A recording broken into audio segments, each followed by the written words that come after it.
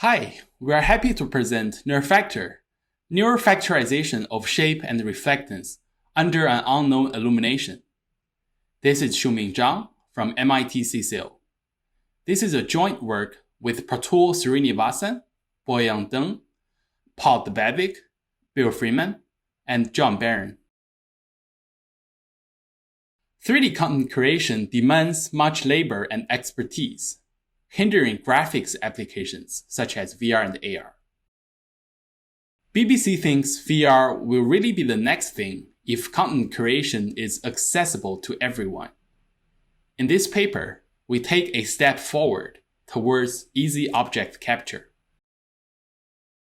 Given a set of images and their camera poses, NeRFactor decomposes the scene's appearance into 3D fields of surface normals, light visibility, albedo, and spatially varying BRDFs. With this factorization, we can relight the scene with a single point light, supporting shadows. Or we can relight the scene with an arbitrary light probe.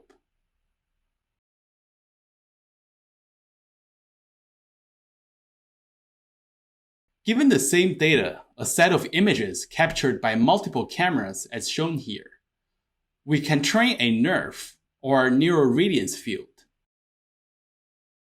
The first part of NeRF gives us the volume density sigma for each point in the 3D space. With also the viewing direction, the second part of the NeRF gives us the RGB color C. So NeRF is able to synthesize novel views of the scene. However, it's unable to do relighting or material editing because reflectance and illumination are entangled in C. So we drop the second half of NeRF and use the first half for our shape initialization. From sigma, we can compute the expected ray terminations using standard volume rendering approaches. These ray termination points represent the surface we consider. The surface XYZs look like this when visualized directly as RGB. We can also derive surface normals from sigma by taking the derivative of sigma with respect to x. We refer to these normals as analytic normals. Such analytic normals are pretty noisy. We can see many bumpy artifacts here. Besides surface points and normals, the third thing that we can derive from sigma is light visibility. By tracing through the sigma volume to every single light location and accumulating the transmittance. The visibility maps are pretty noisy too, because these visibility maps are defined on a per light basis. We can visualize them with respect to the light direction, as a movie. As you can see, these are basically the shadow maps. With these initial normals and visibility from NeRF, we use surface normal MLP to cache and improve the NeRF normals. Note that all MLPs of NeRFactor are surface-based, meaning that given a surface location, the MLP directly returns us the surface normal. There is no volume or accumulation involved, like in NeRF. This normal MLP is encouraged to do better than NeRF because A, smoother normals would lower the final re-rendering loss, and B, we impose smoothness regularization on the normals N. Similarly, we have a visibility MLP here that improves the NeRF visibility maps. We now get the shape aspect covered. What about reflectance? We learn data-driven BRDF priors by autoencoding on the Merle dataset. So this BRDF MLP here learns a latent space of the Merle BRDFs and therefore encodes data-driven priors. Since there are only 100 BRDFs in the Merle dataset, we use only 3 dimensions for this Z BRDF. because all Merle BRDFs are isotropic, so we use the 3 degrees of freedom Rusinkovich coordinates instead of the original 4 degrees of freedom omega I and omega O. With this trained BRDF MLP, it's trivial to support spatially varying BRDFs. Simply have a BRDF identity MLP predict one latent code at each XYZ location. Then the predicted latent code can be decoded into a full BRDF function by the BRDF MLP. This is a direct RGB visualization of the latent codes. Same color here means same material. We still need diffuse colors to complete the BRDFs. So we add another MLP, this albedo MLP, to predict for each surface XYZ the albedo. Looking like this. Next, illumination.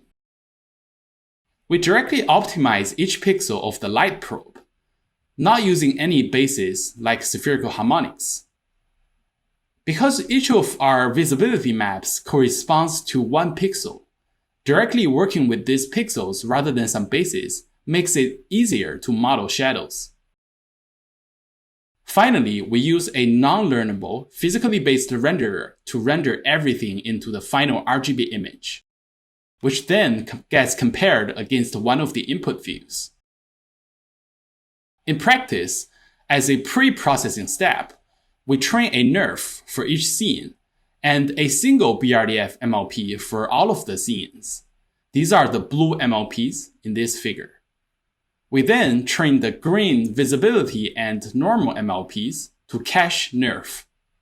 Finally, we optimize the reflectance MLPs and the lighting map from scratch, together with the green visibility and normal MLPs, but with the blue MLPs frozen. We also apply simple L1 regularization to all of the intermediate representations to encourage smoothness. Now let's take a look at some results. In all of our results, we show the estimated normals, light visibility, albedo, and BRDF latent codes. And this is the nearest neighbor from the input images, and this is the original illumination condition. This is our rendering under novel illumination maps shown to the right top corner. We first relight this scene with a single point light, as shown here, and later with some full light probes, like right now. As shown here, NeRFactor achieves good geometry despite the scene complexity. It also predicts one material for the vase and another for the leaves. Note also how the albedo is shading free. Another example, where we show the synthesized hard shadows. Note how the normals are very smooth and yet detailed, and how the albedo is shadow and shading free.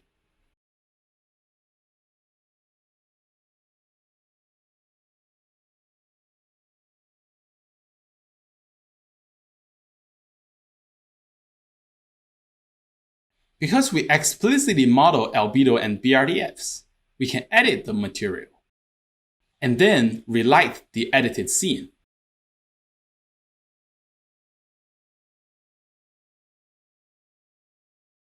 We now study the importance of each model component.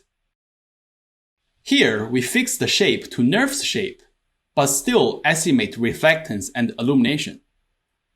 Directly using NeRF's shape leads to a lot of noise in the rendering due to the bumpy geometry.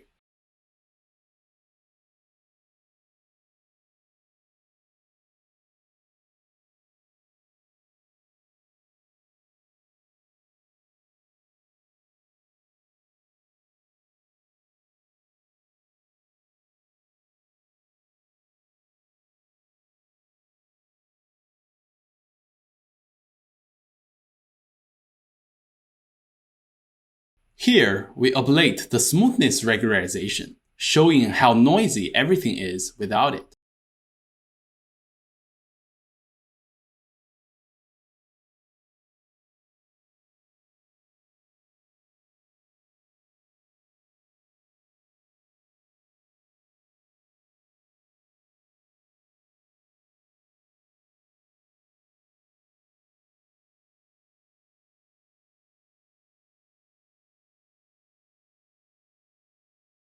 We pre-trained the normal and visibility MLPs to prevent the albedo and BRDFs from attempting to explain away shading and shadows.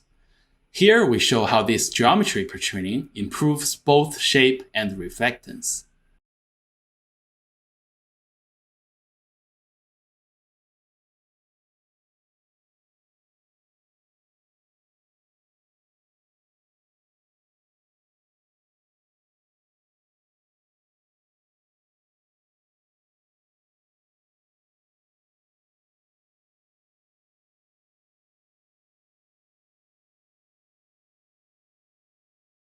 We can also replace the learned BRDFs with microfacet BRDFs and have the MLP predict the roughness parameter of the microfacet BRDF model. The rendering is lower quality with noisy specularities. Note that we had to remove the smoothness regularization for BRDFs here to avoid the local optimum of predicting maximum roughness everywhere, which is a safe bet for the L2 re-rendering loss.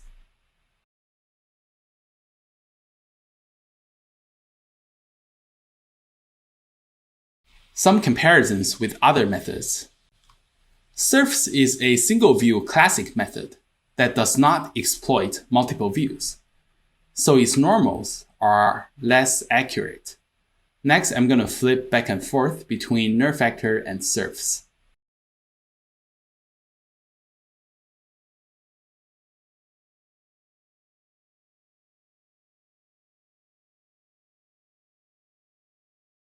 Now, we compare with an enhanced version of Oxholm and Nishino 2014. Unlike NeRFactor that estimates lighting, this approach requires ground truth lighting condition. There is no shadow in its results because the method does not model visibility. As a consequence, there are shadow residuals in its albedo estimation. Moreover, it does not support spatially varying BRDFs.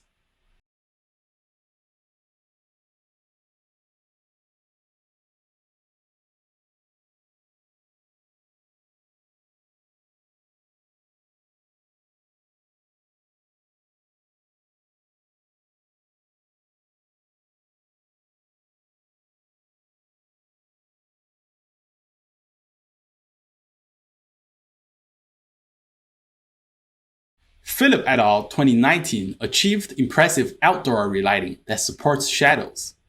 But because it's an image-based rendering method, its shadows are less accurate than NeRFactor's.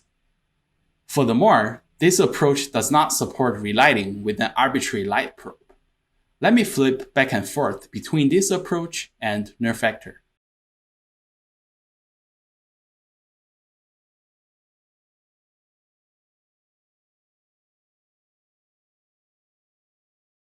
Now the conclusion. A quick recap. This is our model. Since our model comprises just MLPs that takes as input surface XYZs, NeRFactor is a coordinate-based model. But unlike NeRF, it models just the surface rather than the entire volume. This surface formulation partly enabled us to model shadows very efficiently. We have three major contributions. Firstly, we estimate shape and reflectance from one unknown illumination. Secondly, we show how to distill NeRF's volume geometry and then refine it. Finally, we learn data-driven BRDF priors from real-world measured BRDFs. These are what you can achieve with NeRFactor.